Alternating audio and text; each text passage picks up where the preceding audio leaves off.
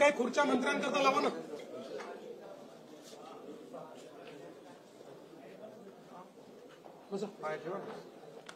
या साईडला जयकुमार.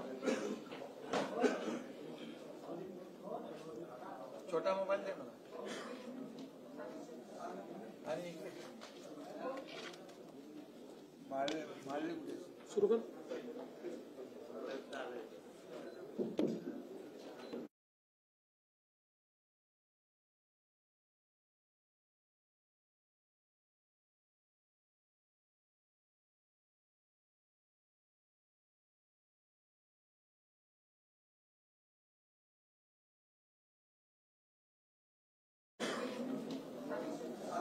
आणि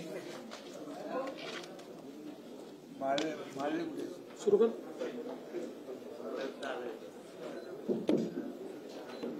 राज्याचे मुख्यमंत्री माननीय देवेंद्र फडणवीस, मुख्यमंत्री माननीय एकनाथ शिंदे साहेब, संसदीय कामकाज मंत्री चंद्रकांत दादा, अतुल सावे साहेब, राणे साहेब, जयकुमार, रावळजी, सर्व पत्रकार बंधू भगिनींनो, मी सुरुवातीलाच पत्रकार परिषदेच्या निमित्तानं आपल्या सगळ्यांचं स्वागत करतो. नेहमीच्या दरवर्षीच्या अर्थसंकल्पीय अधिवेशनामध्ये किंवा इतर पण ज्या काही पुरवणी मांडण्याचे अधिवेशन असतात त्या प्रथेप्रमाणे कॅबिनेट आणि चहापानाचा कार्यक्रम झाल्यानंतर पत्रकार परिषद मुख्यमंत्री महोदय घेत असतात आणि साहजिकच आता उद्याच्या तारखेला 3 तारखेपासून आमचं अर्थसंकल्पीय अधिवेशन सुरू होत आहे.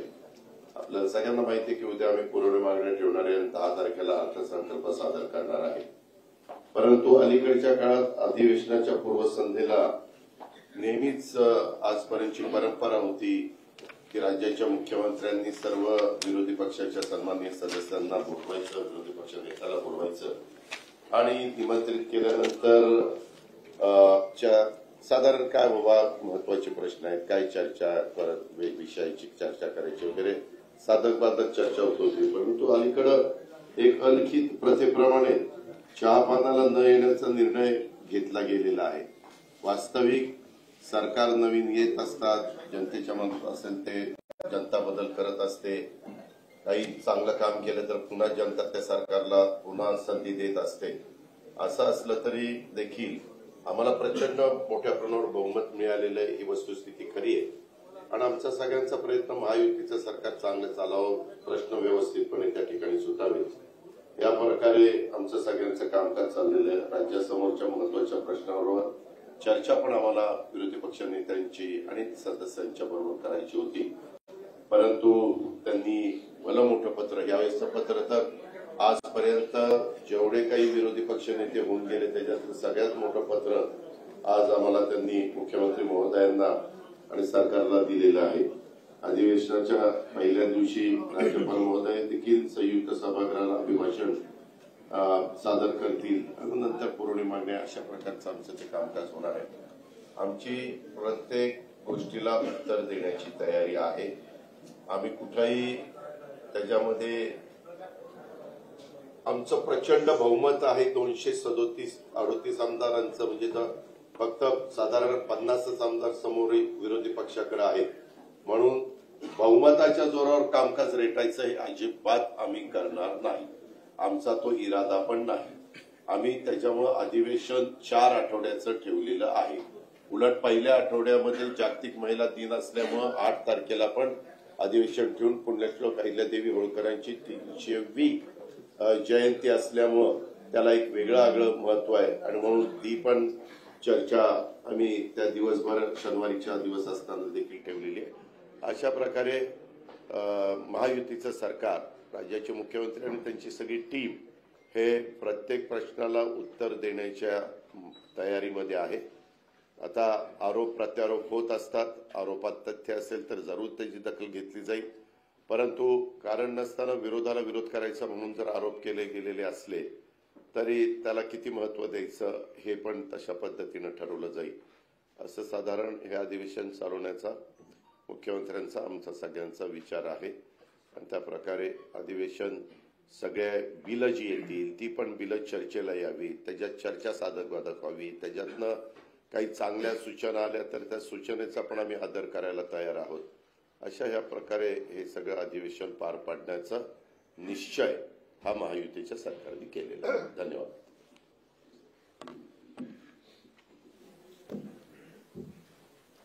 आजच्या पत्रकार परिषदेला उपस्थित राज्याचे मुख्यमंत्री देवेंद्र फडणवीसजी, आमचे उपमुख्यमंत्री रणजितदादा, सर्व मंत्रिमंडळातील सहकारी आणि पत्रकार मित्रांनो, उद्यापासून अर्थसंकल्पीय अधिवेशनाला सुरुवात होतीये आणि या सरकारचे महायुती सरकारचं दुसरं अधिवेशन आहे आणि त्यातला हा पहिला अर्थसंकल्प आहे. सरकारची टर्म नवीन असली तरी सुद्धा आमची टीम जुनीच आहे. फक्त आमच्या दोघांच्या खुर्च्यांची बदलाबदल झाली. आधी दादांची मात्र फिक्स आहे.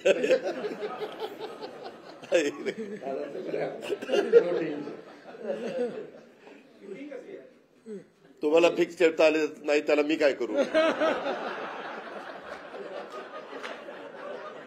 पण ठीक आहे, आमची रोटेटिंग चेअर आहे.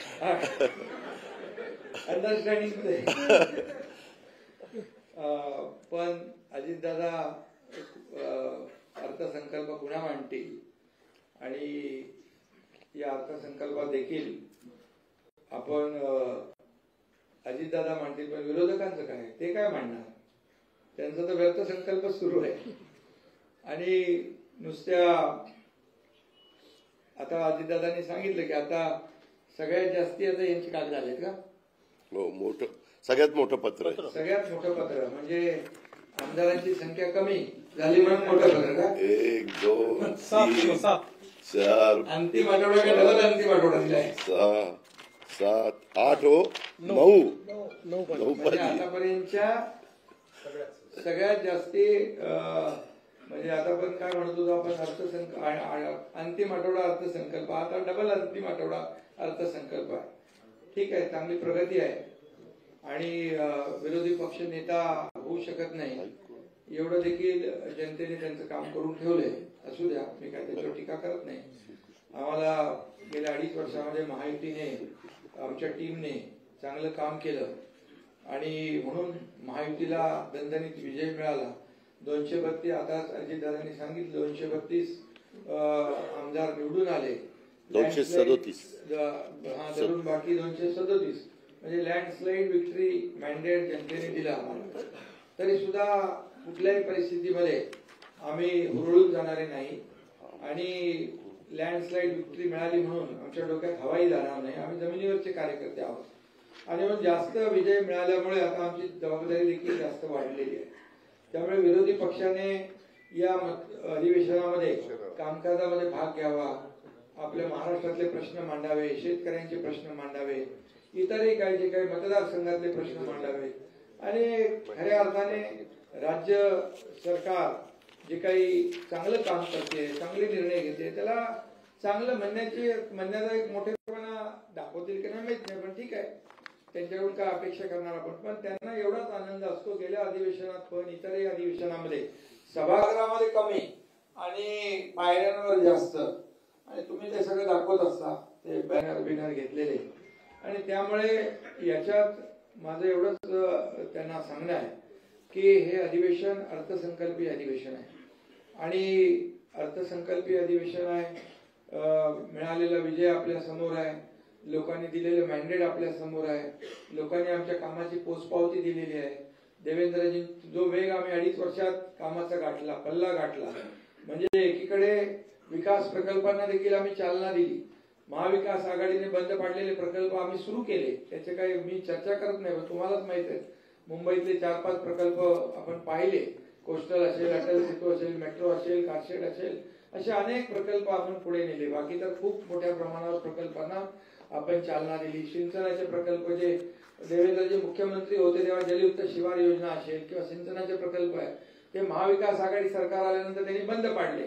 मी मुख्यमंत्री झाल्यानंतर पुन्हा ते सुरू केले. मग त्या मराठवाडा वॉटर ग्रीड, विदर्भाचे प्रकल्प असतील, मराठवाड्याचे प्रकल्प असतील, ते शेतकऱ्यांसाठी एकही सिंचन प्रकल्पाला त्यांनी मान्यता मिळवलं. 2-3 प्रकल्पांना दिली आणि आम्ही जवळपास 121 का 143 सिंचन प्रकल्पांना आम्ही मान्यता दिली. हे गेल्या 2.5 वर्षामध्ये. आणि जो कामाचा वेग आहे, एकीकडे विकास प्रकल्प आम्ही केले, दुसरीकडे कल्याणकारी योजना केल्या, लोकाभिमुख योजना, लाडक्या बहिणीसारख्या अनेक योजना केल्या. आता जो वेग 2.5 वर्षात होता, देवेंद्रजींच्या आता नेतृत्वाखाली आम्ही टीम म्हणून तो वेग अधिक वाढवणार आहोत. आणि म्हणून सर्वसामान्य लोकांच्या जीवनामध्ये बदल घडवण्याचं काम आमचं सरकार, जे सर्वसामान्यांचं सरकार आम्ही म्हणतो, ते आम्ही करून दाखवलं आणि सर्वसामान्यांच्या आयुष्यामध्ये चांगले दिवस आणण्याचा प्रयत्न केला. तर यापुढे देखील या राज्याला पुढे नेणं हाच आमचा अजेंडा आहे. आणि त्यामुळे या अजेंड्याप्रमाणे आम्ही जे काही केलंय ते आपल्याला सगळ्यांना माहित आहे. या देखील अर्थसंकल्पामध्ये त्याचं प्रतिबिंब अजितदादा अर्थसंकल्प मांडतील. त्यांना अर्थसंकल्प मांडण्याचा अनुभव गेल्या अनेक वर्षांचा आहे. आणि या अर्थसंकल्पात देखील सर्वसामान्य माणसाला आणि राज्याच्या विकासाचं प्रतिबिंब नक्कीच उमटलेलं या ठिकाणी दिसेल. आणि राज्याची जी काही वेगवान वाटचाल आहे ते अधिक वेगाने, म्हणजे खऱ्या अर्थाने दुप्पट क्षमतेने आणि चौपट वेगाने या ठिकाणी आम्ही करू. त्याची सुरुवात मुख्यमंत्री महोदयांच्या नेतृत्वाखाली झालेली आहे. आणि त्यामुळे यामध्ये आमची जी काही दररोज बातम्या येत असतात त्या बातम्यांकडे काय आम्ही लक्ष देत नाही. म्हणजे बातम्या तुमच्याकडे नाही, जे बातम्या देणारे आहेत त्यांच्याकडे. कारण त्यांनी तर आमच्यावर आरोपच केले. आतापर्यंत 2.5 वर्षामध्ये एकही दिवस असा गेला नाही की आरोपाशिवाय गेला. सरकार आता बदललं, लोकांनी शिक्कामोर्तब केलं. ते लोक म्हणाले की आता निवडणूक आयोगाने आम्हाला फसवलं, सुप्रीम कोर्टाच्यावर आरोप केले, मग ईव्हीएम वर आरोप केले. जेव्हा ते जिंकतात तेव्हा ईव्हीएम चांगली, जेव्हा हरतात तेव्हा ईव्हीएम वर दोष देतात. हे सगळं करत करत आतापर्यंत आलं. परंतु आम्ही कुठल्याही आरोपाला आरोपाने कामाने उत्तर दिलेलं आहे. यावेळी देखील आम्ही काम करत राहणार. त्यांच्या सर्व प्रश्नांची उत्तरं द्यायला सरकार समर्थ आहे. त्यांनी साधक बाधक चर्चा केली पाहिजे. आणि या ठिकाणी या जनतेसाठी आपण जे काय अधिवेशन घेतो त्यांना आपल्याला न्याय दिला पाहिजे. आणि बाकी चहापानाच्या वर तर त्यांनी नेहमीप्रमाणे बहिष्कार घातलेला आहे. परंतु चहापान म्हणजे एक संवाद असतो, चर्चा असते. परंतु विरोधी पक्षाने तो कायम, आपला जो काय हट्ट आहे तो कायम ठेवलेला आहे. मुद्द्यांवर त्यांनी चर्चा करावी, काही प्रॉब्लेम नाही. परंतु सूड भावनेतून, द्वेष भावनेतून टीका केली तर त्याला देखील तसंच उत्तर दिलं जाईल.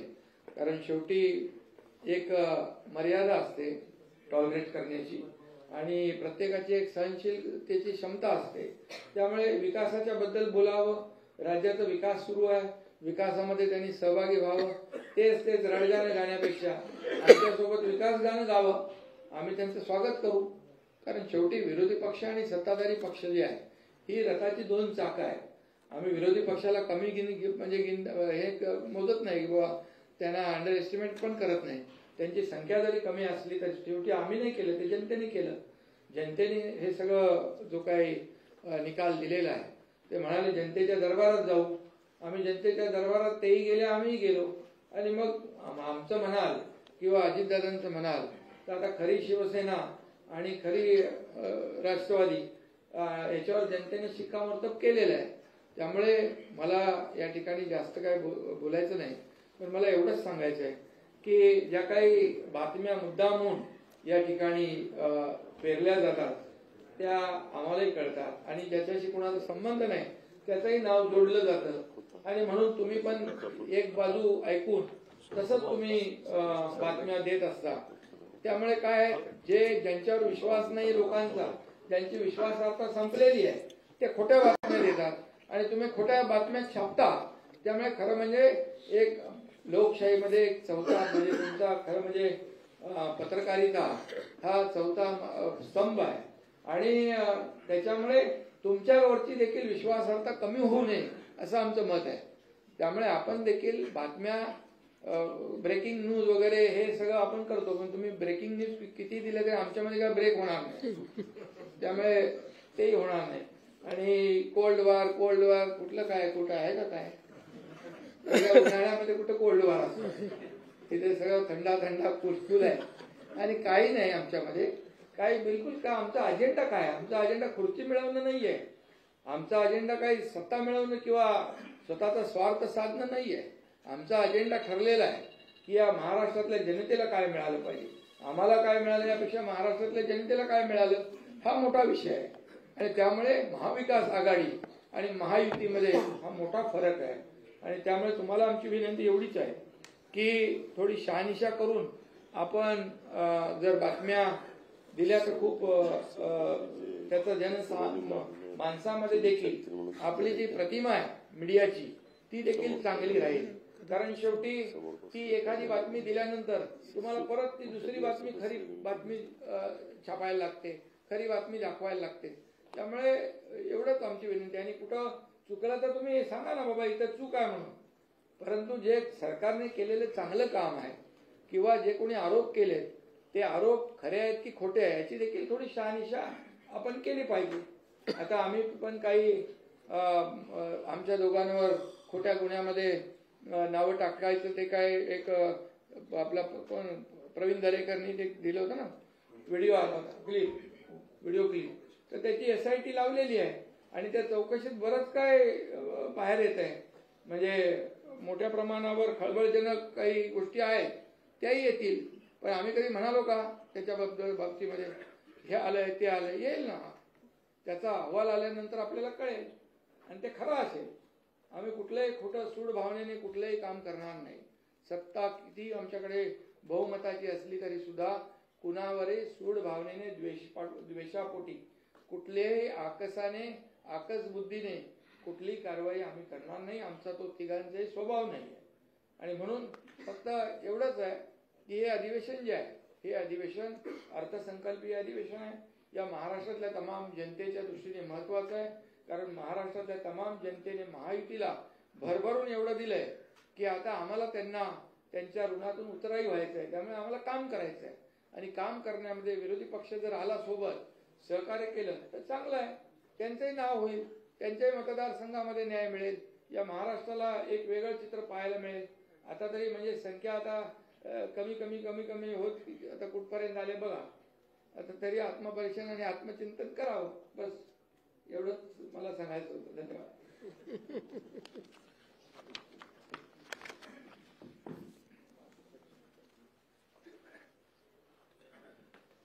माननीय उपमुख्यमंत्री शिंदे साहेब, माननीय अजितदादा पवार, मंत्रिमंडळातील आमचे सर्व सहकारी आणि पत्रकार भगिनी बंधूंनो, सर्वप्रथम आज रणजी ट्रॉफीमध्ये विदर्भाच्या संघाने केरळवर मात करून रणजी ट्रॉफी आपल्या राज्यामध्ये आणली त्याबद्दल मी विदर्भाच्या टीमचं सर्व प्लेयर्सचं अतिशय मनापासून अभिनंदन करतो.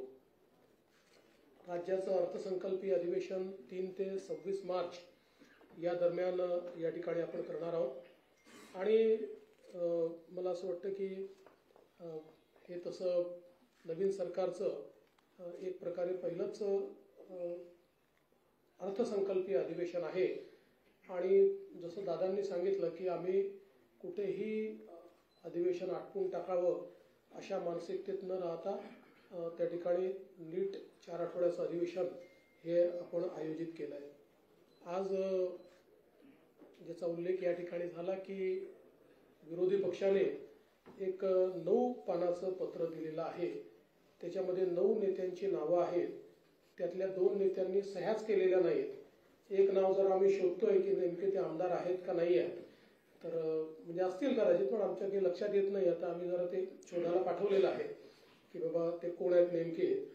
आणि आपण बघितलं असेल की हम साथ साथ है अशी परिस्थिती काही तिथे दिसत नाही. हम आपके है कोण चालतीच परिस्थिती तिथे आहे. कारण काँग्रेस पोचलीच नाही. अर्थात जेवताना आली असं आम्हाला समजलं, पण वेळेवरपर्यंत काँग्रेस आली नाही. रोहित पवारांनी काहीतरी ट्विट केलं मला वाटतं, त्यांनी पण काहीतरी आपली काय नाराजी व्यक्त केली आहे. बरं, वडेट्टीवार नाही, नाना पटोले नाही, जयंत पाटील नाही, कोणीच नाही. त्याच्यामुळे एकूणच हे कशा पद्धतीनं विरोधी पक्षाचं कामकाज चाललेलं आहे हे आपण बघितलं पाहिजे. खरं तर चहापानावर त्यांनी बहिष्कार घातला. आत्ता त्यांना ही संधी होती. जेव्हा नवीन सरकार बनतं त्यावेळी पहिल्या अधिवेशनाला बाबा एक सकारात्मक चर्चा आपण करूया अशा प्रकारची संधी होती. त्यांनी संवाद स्थापित करावा असं आपल्या पत्रकार परिषदेत म्हटलं, पण संवादाचं सगळ्यात मोठं माध्यम जे होतं, आम्ही त्यांना चहापानाला निमंत्रित केलं होतं, म्हणजे संवादालाच निमंत्रित केलं होतं, पण त्याच संवादावर त्यांनी बहिष्कार टाकला. म्हणजे मला याचा अर्थच समजला नाही की संवादावर बहिष्कार टाकायचा आणि संवाद साधा अशा प्रकारे त्या ठिकाणी पत्रकार परिषदेत म्हणायचं. पण मला असं वाटतं की काही हरकत नाही. त्यांनी ॲक्च्युली हे जे काही 9 पानी पत्र दिलेलं आहे, या पत्रात संपूर्ण पत्र हे वर्तमानपत्राच्या बातम्यांवर आधारित आहे. तर त्या बातम्यांसोबत त्यांनी सरकारने दिलेला खुलासा जरी वाचला असता तरी 9 पानाचं पत्र अर्ध्या पानात त्यांना निश्चितपणे देता आलं असतं. पण हरकत नाही, त्यांनी पुन्हा हे सगळे मुद्दे जर हाऊसमध्ये मांडले तर आम्ही त्याची उत्तरं त्या ठिकाणी देण्याकरता तयार आहोत. 2 महत्त्वाच्या चर्चा आपण या सभागृहामध्ये ठेवलेल्या आहेत.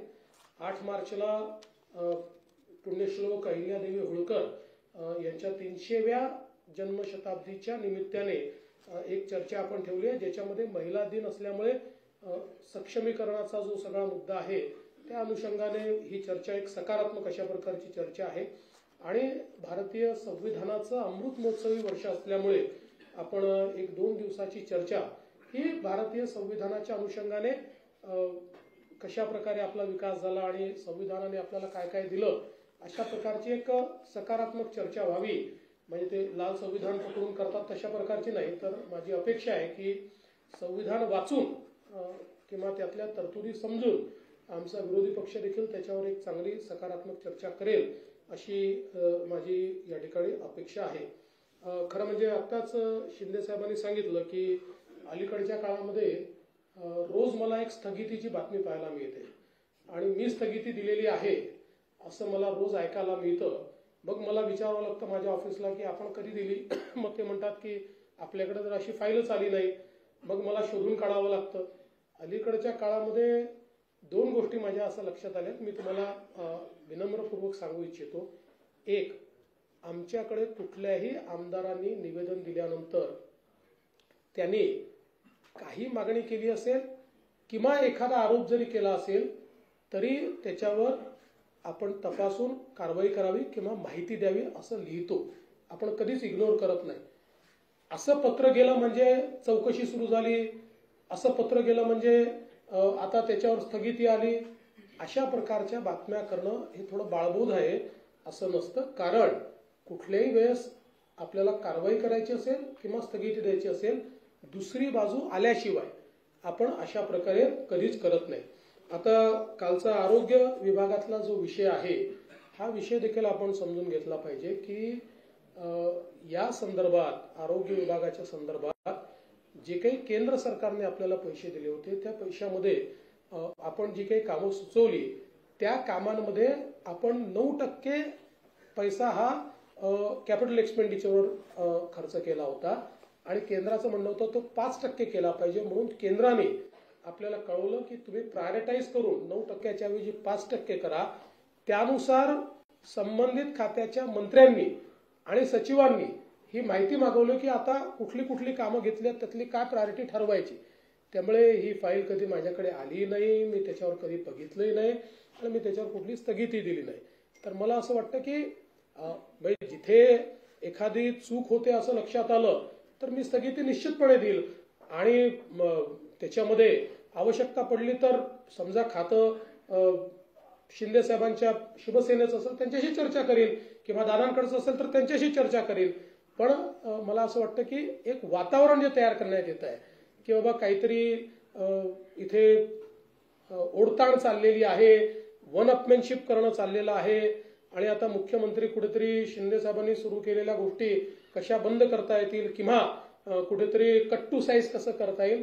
तर मला असं वाटतं की हे अतिशय चुकीचं आहे आणि माझी आपल्याला एका गोष्टीची अगदी विनम्रतापूर्ण विनंती आहे की आणि हे तत्वही आहे की आपल्याकडे एखादी बातमी आली तर दुसरी बाजू घेतल्याशिवाय ती बातमी आपण छापत नाही. आम्ही नाही दिली, समजा आम्हाला मागितली, सरकारला मागितली, आम्हाला मागितली आणि आम्ही सांगितलं की आम्हाला नाही बोलायचं तर सिंगल बाजू आली पाहिजे.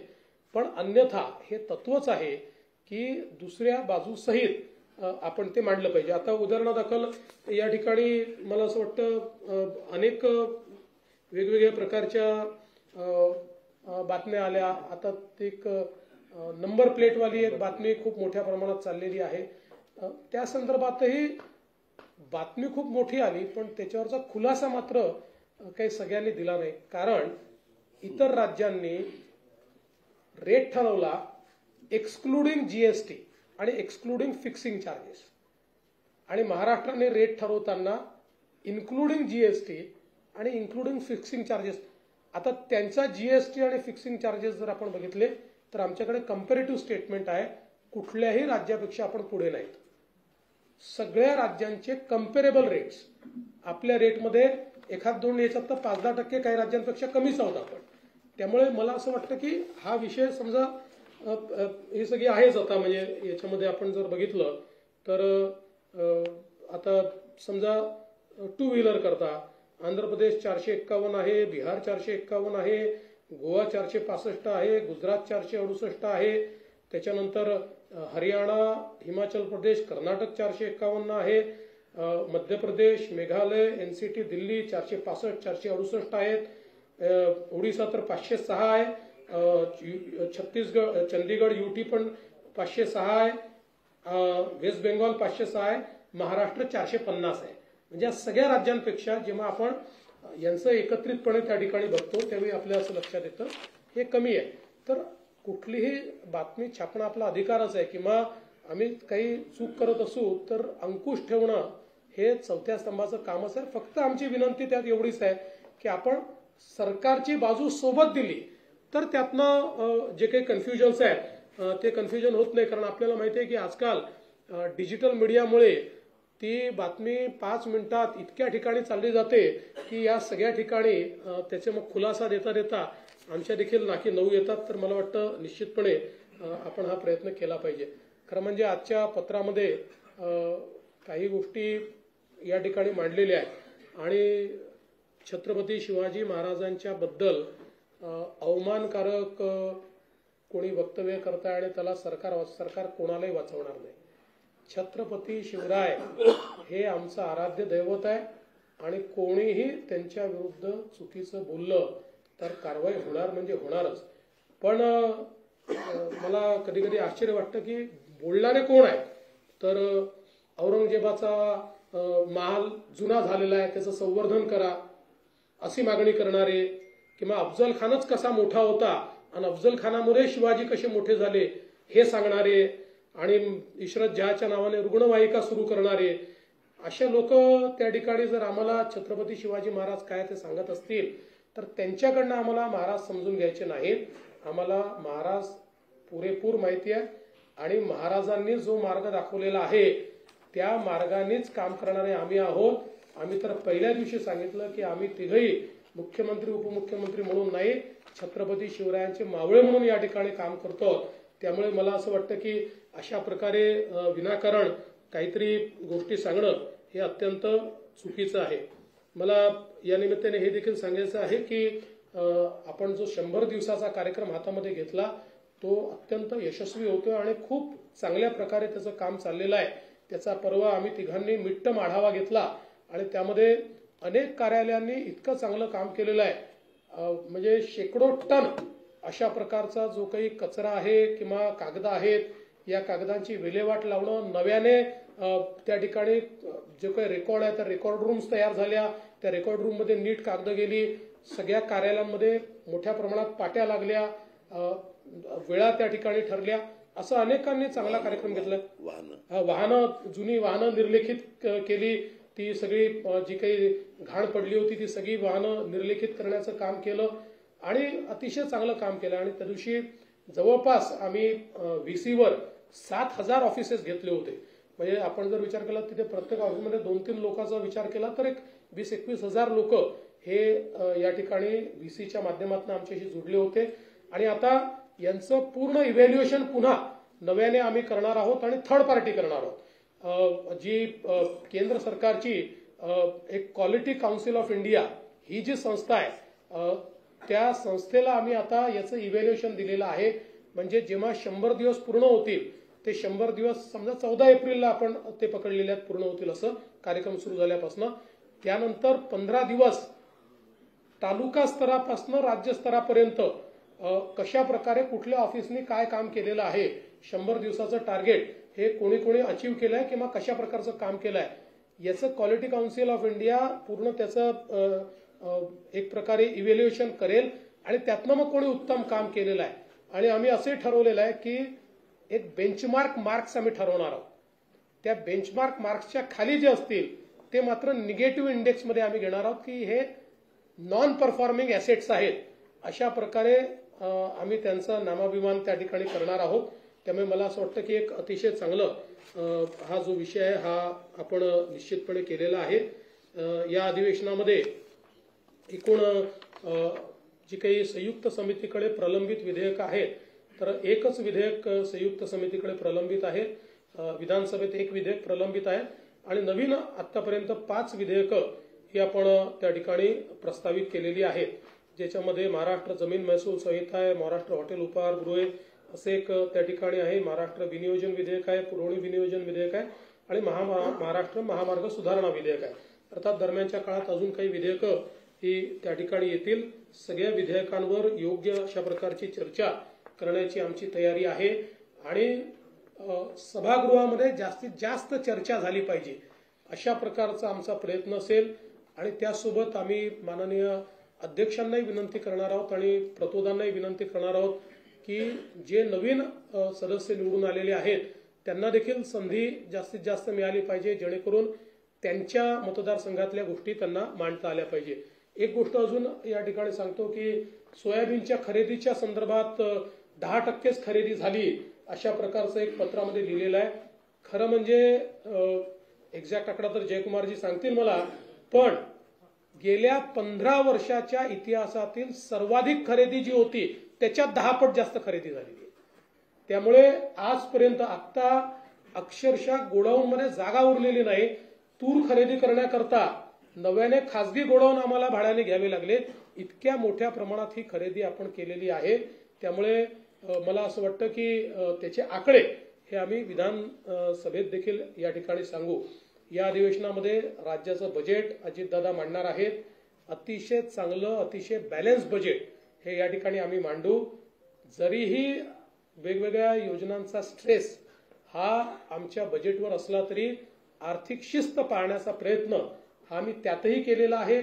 आपली साधन संपत्ती कशी वाढवता येईल, कुठल्याही परिस्थितीमध्ये कॅपिटल एक्सपेंडिचरवर त्याचा परिणाम होणार नाही, कॅपिटल एक्सपेंडिचर करता काय वेगवेगळ्या पद्धती असू शकतील, अशा सगळ्या गोष्टींचा विचार करून एक बॅलन्स बजेट देण्याचा प्रयत्न या ठिकाणी आम्ही करतो आहोत. आणि आमच्या फ्लॅगशिप स्कीम्स कुठल्याच आम्ही त्या ठिकाणी लाडकी बहीण बंद होणार वगैरे असं काही नाही.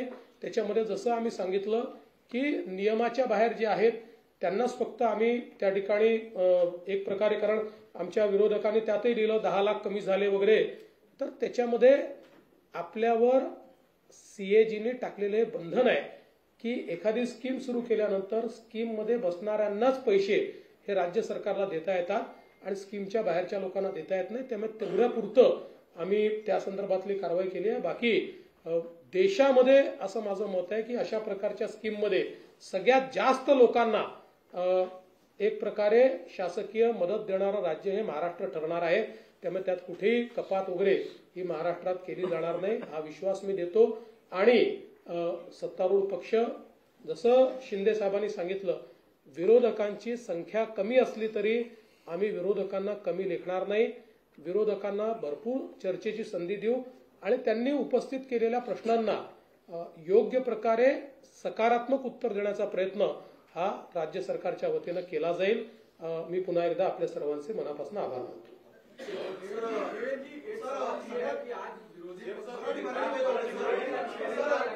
आपके ऊपर अलग अलग तरीके के सवाल पूछ रहे थे, लेकिन उनके भीतर जो बड़े नेता थे वो सभी वहां से गायब थे. इसको कैसे देखते हैं? और एक दूसरा सवाल कानून व्यवस्था को लेकर के वो लगातार टारगेट कर रहे हैं. देखिए, आज विरोधी पक्ष को हमने चाय पान पर बुलाया था, लेकिन उन्होंने बहिष्कार डाला. उन्होंने एक बैठक की जिस बैठक में उनके कोई बड़े नेता नहीं पहुंचे. कांग्रेस के लोग बैठक समाप्त होने के बाद पहुंचे. एक 9 पन्ने का उन्होंने हमको पत्र दिया है जिसमें 9 लोगों के नाम है, 7 लोगों की साइन है और उस पत्र में ऐसे मुद्दे उन्होंने उठाए हैं कि जो केवल उन्होंने प्रेस में से लिए हुए मुद्दे, अगर हमने दिए हुए उसके जवाब वो देख लेते तो शायद आधे पन्ने का भी वो लेटर हमको नहीं दे पाते। लेकिन फिर भी उन्होंने इन विषयों को सभागृह में भी उठाया, तो हम निश्चित रूप से उसके ऊपर पूर्ण रूप से जवाब देंगे। साथ साथ जिस प्रकार से अलग अलग चर्चाएं आपने कहा जो चल रही है, तो उसका भी अभी अभी मैंने जवाब दिया हुआ है कि हमारे सत्तारूढ़ पक्ष में हम लोग सब साथ में मिलकर काम कर रहे हैं और किसी चीज को स्टे कर दिया और सीएम ने उसको रोक दिया, इस प्रकार की जो बातें ये बिल्कुल गलत है, ये अफवाहें भी है।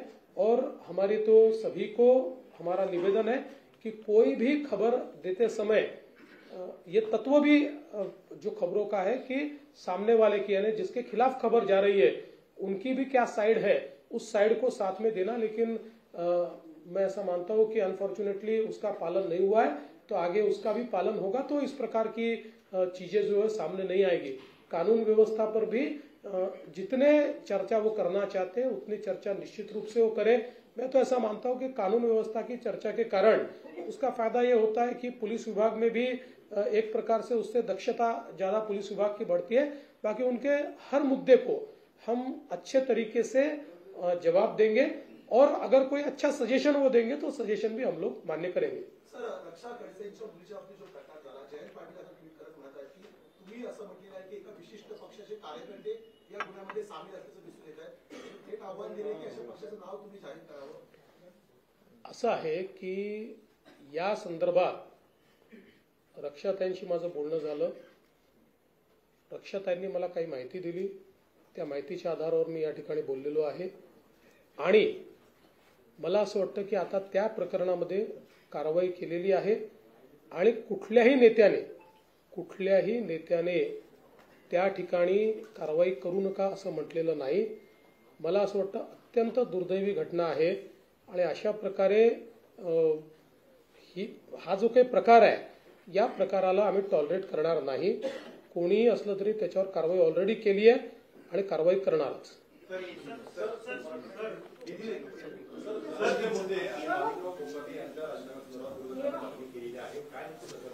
असं आहे की पहिली गोष्ट तर धनंजय मुंडेंच्या संदर्भात यापूर्वीच सरकारने आपली भूमिका स्पष्ट केलेली आहे आणि माणिकराव कोकाटेंच्या संदर्भात आपल्याला माहिती आहे की क्लोज फॉर ऑर्डर आहे। क्लोज फॉर ऑर्डर असल्यामुळे त्याच्यावर कुठली भूमिका आज आम्हाला मांडता येत नाही।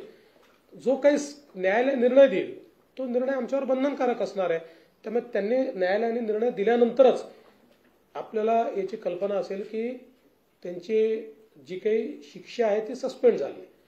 आता जो काही तो जो निर्णय असतो त्याला स्थगिती ही जर त्या ठिकाणी न्यायालयाने दिली तर त्यांच्यावर कुठलीच कारवाई करण्याची आवश्यकता नाही। ती स्थगिती जर न्यायालयाने दिली नाही किंवा उच्च न्यायालयाने दिली नाही तरच हा प्रश्न त्या ठिकाणी निर्माण होतो। त्यामुळे न्यायालयाच्या अखत्यारीत आता आहे, क्लोज फॉर ऑर्डर आहे, न्यायालयाचा निर्णय आल्यानंतर यावर उचित कारवाई ही केली जाईल।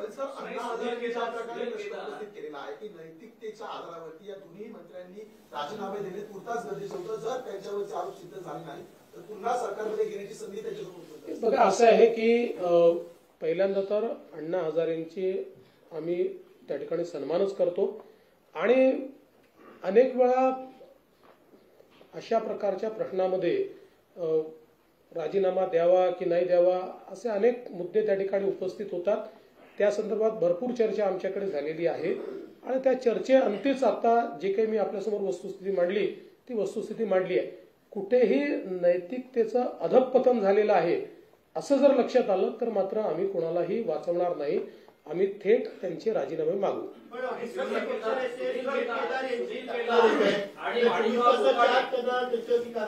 याचं कारण असं आहे की सुनील केदारांच्या संदर्भात कोर्टाने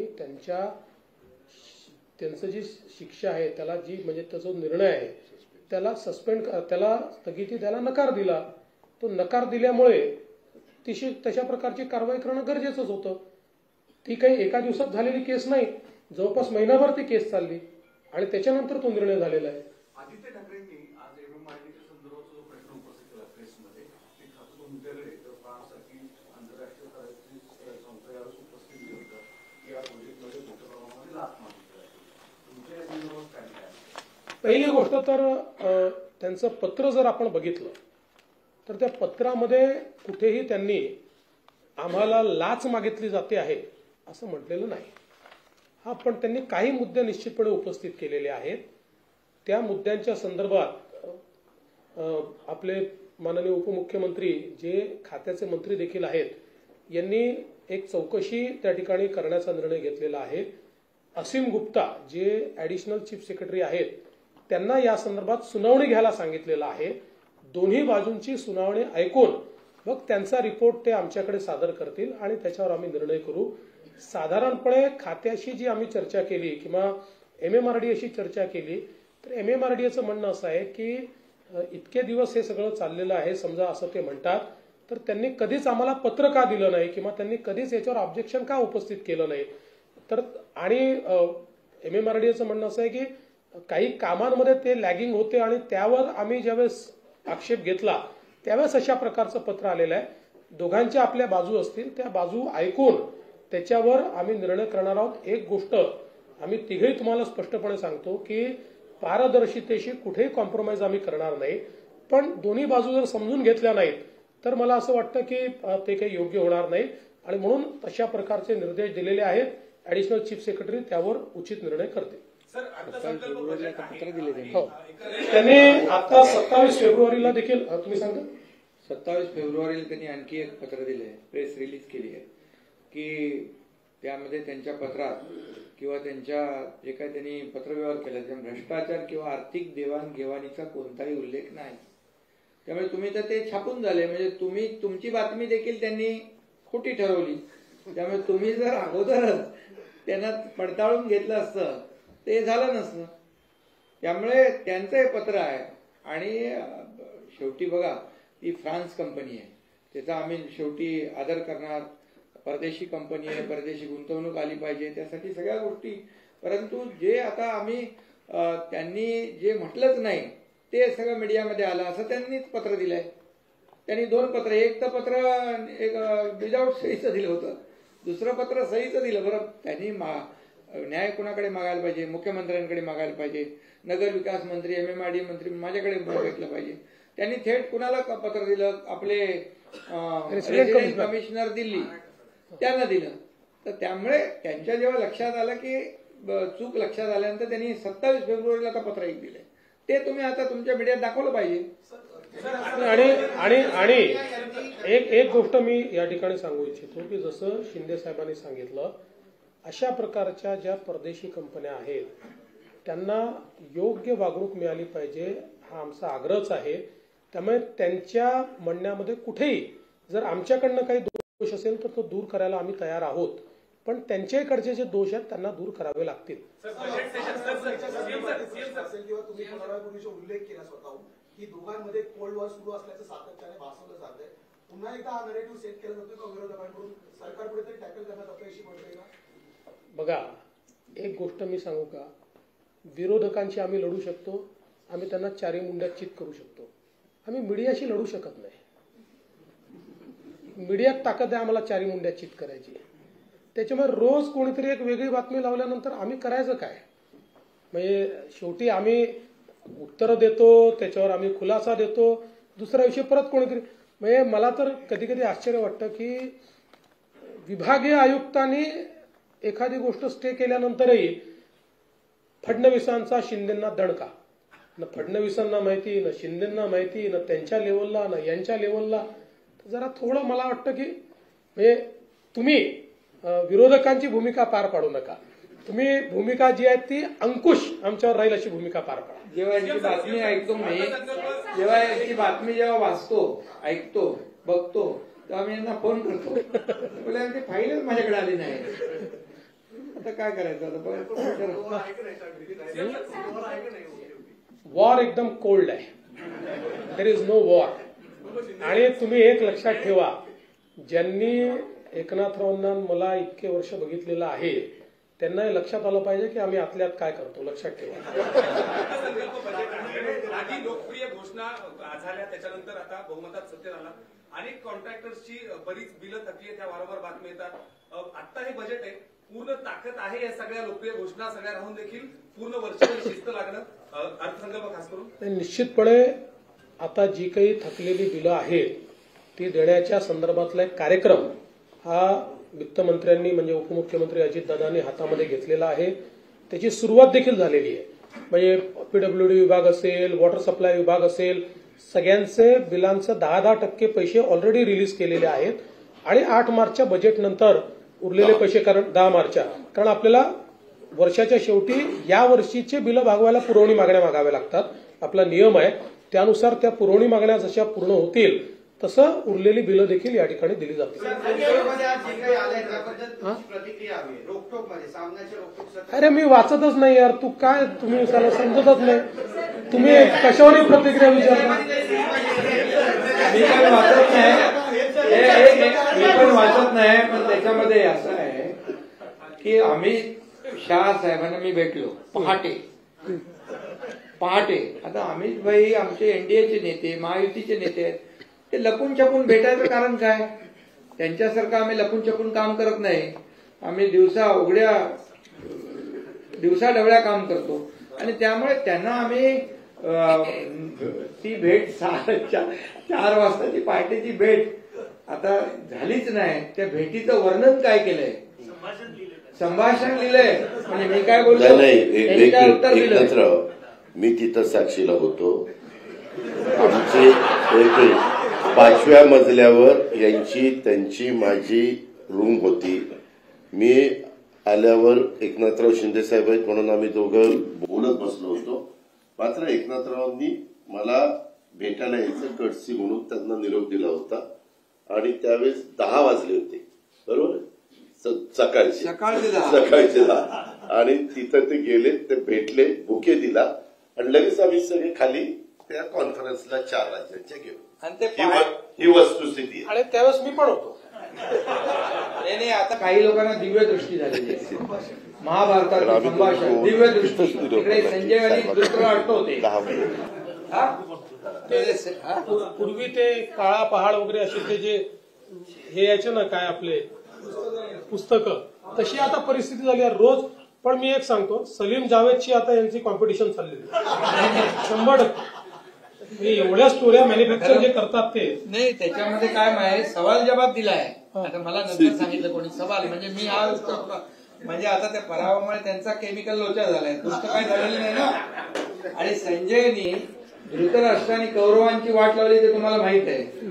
आणि आता इथं असलेले दूरदृष्टीवाले कुणाची वाट लावतात तेही माहित आहे.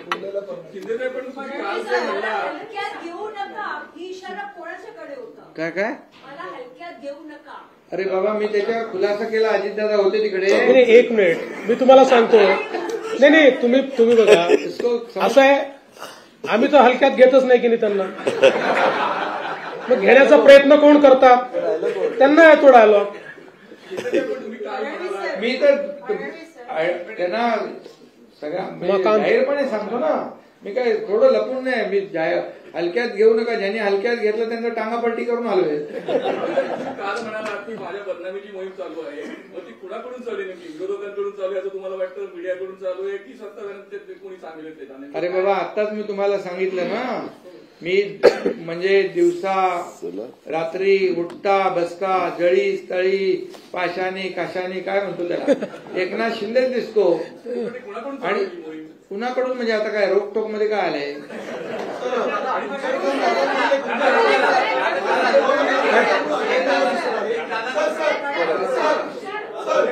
तुम्हाला प्रश्न आहे त्यांचा. एक मिनिट दादा प्रश्न. कुठे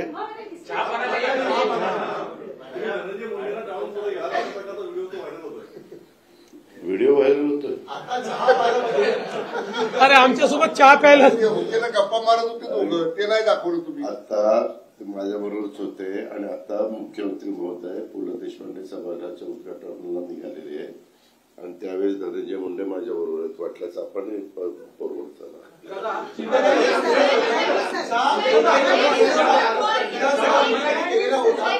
साफ होण्याचा प्रयत्न होतोय असं विरोधक सातत्याने म्हणतात आणि त्याचे पडसाद असं सुद्धा म्हणणं आहे. हे विरोधकांचं स्वगत आहे. स्वगताला उत्तर देता येत नाही. चला. जायचंय ना?